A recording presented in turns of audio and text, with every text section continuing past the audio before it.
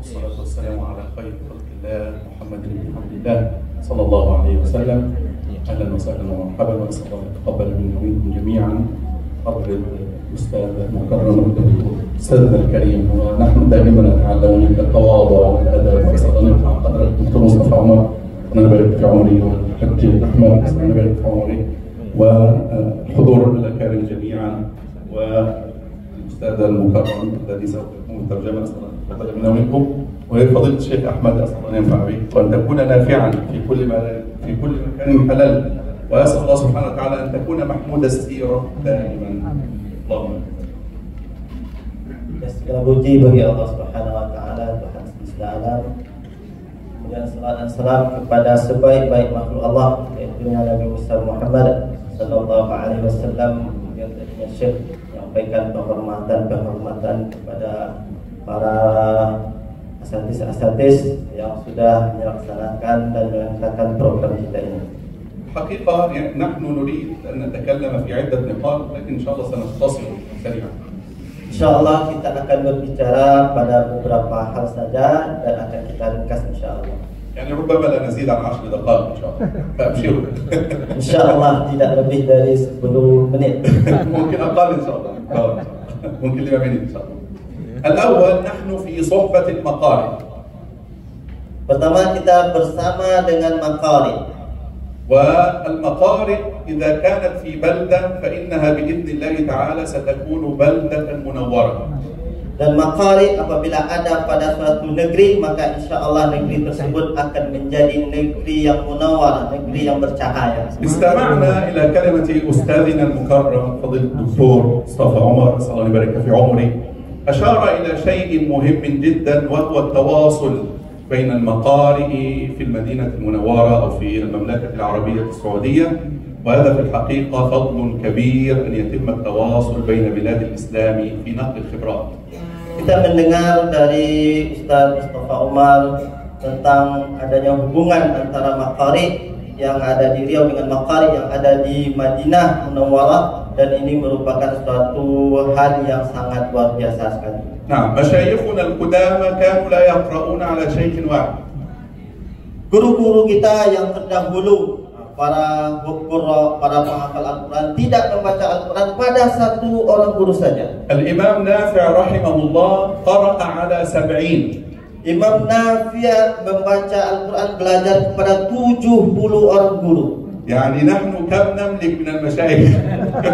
Kita berapa guru Al-Quran yang kita miliki?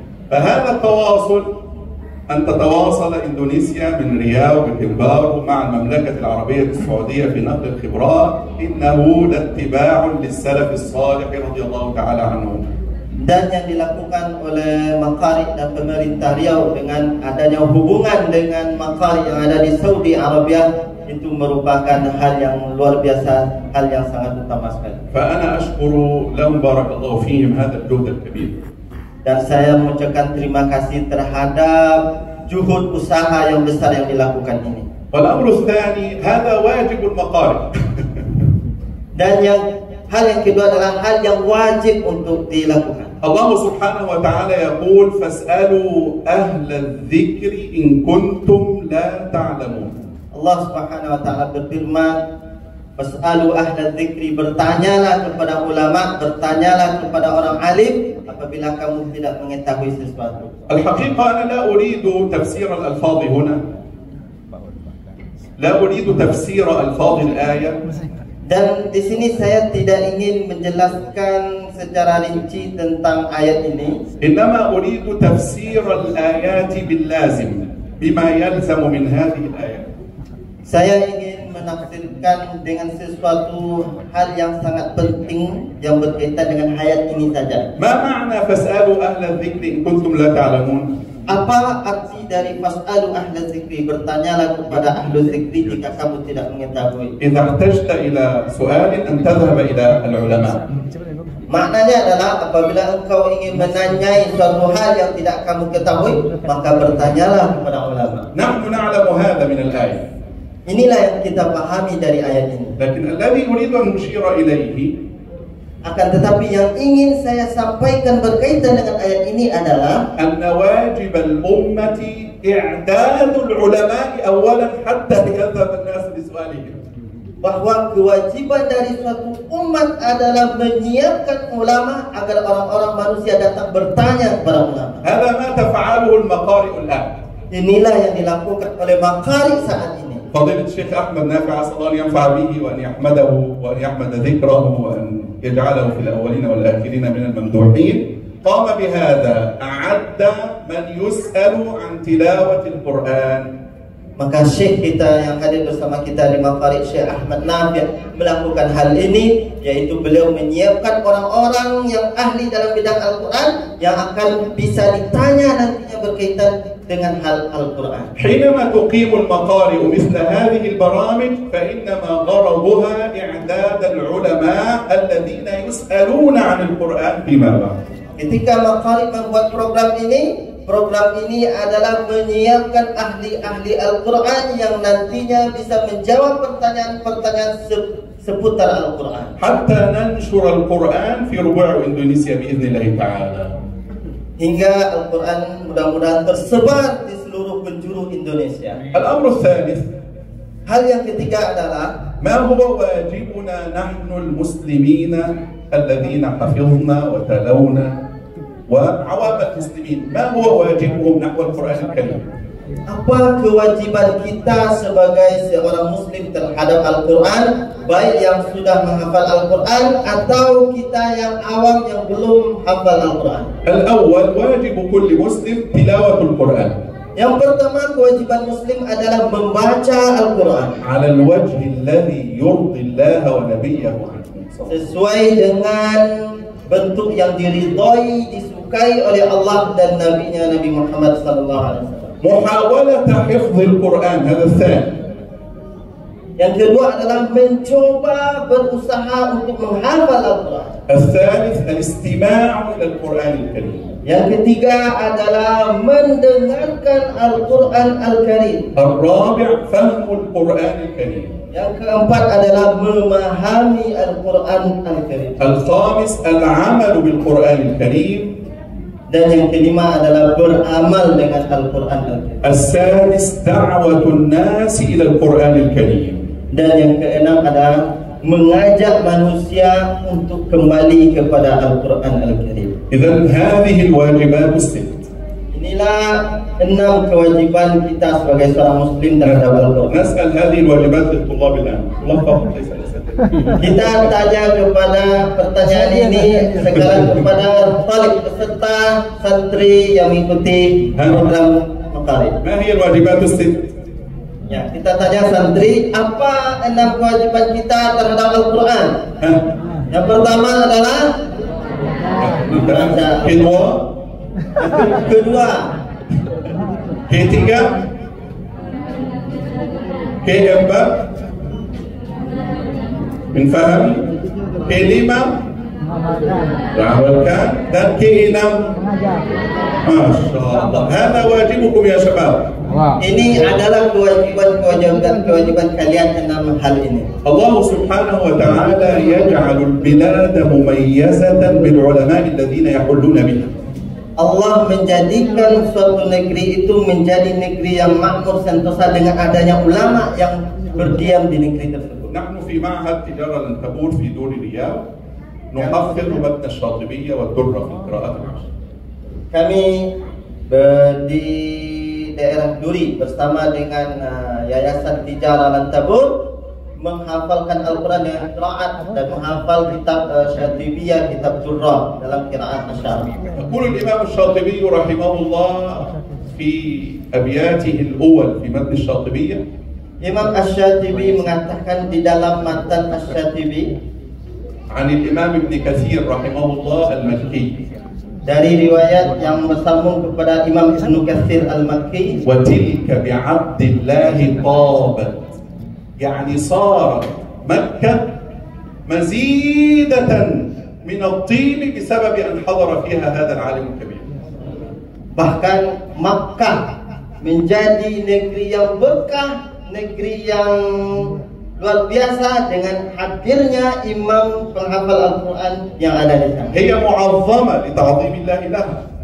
Ini adalah bentuk dari Allah mengagungkan ulama tersebut sehingga menjadikan negeri tadi di mana ulama itu tinggal menjadi negeri yang diberkahi. يعني مكة تزداد بركة بحلول العلماء المباركين فيها.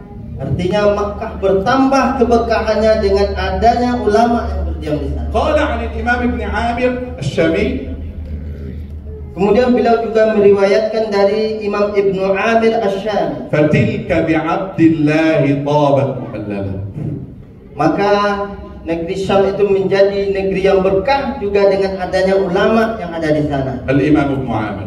Yaitu Imam Ibnu Amir. لما تكلم عن الكوفة فيها ثلاثة أئمة عاصم حمزة الكسائي. Kalau kita berbicara tentang negeri Kufah maka di sana ada 3 imam. Imam Asim, Imam حمزة Hamzah الكسائي. Al-Kisai. قال الإمام الشاطبي رحمه الله عنهم وبالكوفة الغراء منهم ثلاثة أذاعوا فقد ضاعت شذا وقرنفلا. انتشرت الرائحة الطيبة في هذه البلاد بلاد الكوفة بسبب وجود هؤلاء المقرئين فيها. Maka juga begitulah negeri Kufah menjadi negeri yang barakah, menjadi negeri yang mulia disebabkan 3 ulama tadi yang berdiam di negeri tersebut. Alhamdulillah nahnu su'ada al-yawm. Alhamdulillah pada hari ini kita sangat gembira sekali. لأن المقارئ سوف ترسل للقرى هؤلاء المقرئين بإذن الله تعالى. InsyaAllah Bukhari akan menjadi penyambung untuk keberkahan-keberkahan pada negeri ini. على يد هؤلاء الطلاب الذين حفظوا هذا المتن وختموا بالسند على فضيلة الشيخ. Melalui program-program dengan mengadakan pelatihan-pelatihan kepada peserta-peserta santri-santri yang menghafal matan-matan Al-Quran, matan-matan ilmu tajwid dan menghafal Al-Quran. وبإذن الله تعالى تزداد قراكم بركة بوجودكم فيها. Dan insya Allah negeri kita ini akan bertambah keberkahannya dengan adanya santri-santri kita, anak-anak kita yang membaca Al-Quran di negeri. آخر ما أود أن أقوله. Dan yang terakhir yang ingin aku sampaikan adalah أسيد بن حضير صحابي شريف رضي الله تعالى عنه. Usaid bin Hudayr, seorang sahabat yang mulia. كان يقرأ ليلا سورة البقرة في بيته في القيام. Pada suatu malam beliau membaca surat Al-Baqarah di rumahnya ketika salat tahajud. فإذا بمثل المصابيح حول البيت. Maka tiba-tiba semua lampu yang ada di rumah tersebut menjadi bercahaya terang benderang. طبعا ربما تقول أنت هذا الاستريك سنة tidak ada. Bahkan di sana tidak ada listrik.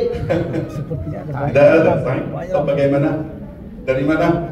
Dan berikir Nabi SAW salat fajr dan soal Rasulullah SAW. Bertanya untuk Rasulullah SAW. Wahai Rasulullah, saya melihat di salat malam kemarin saya melihat ada cahaya lampu.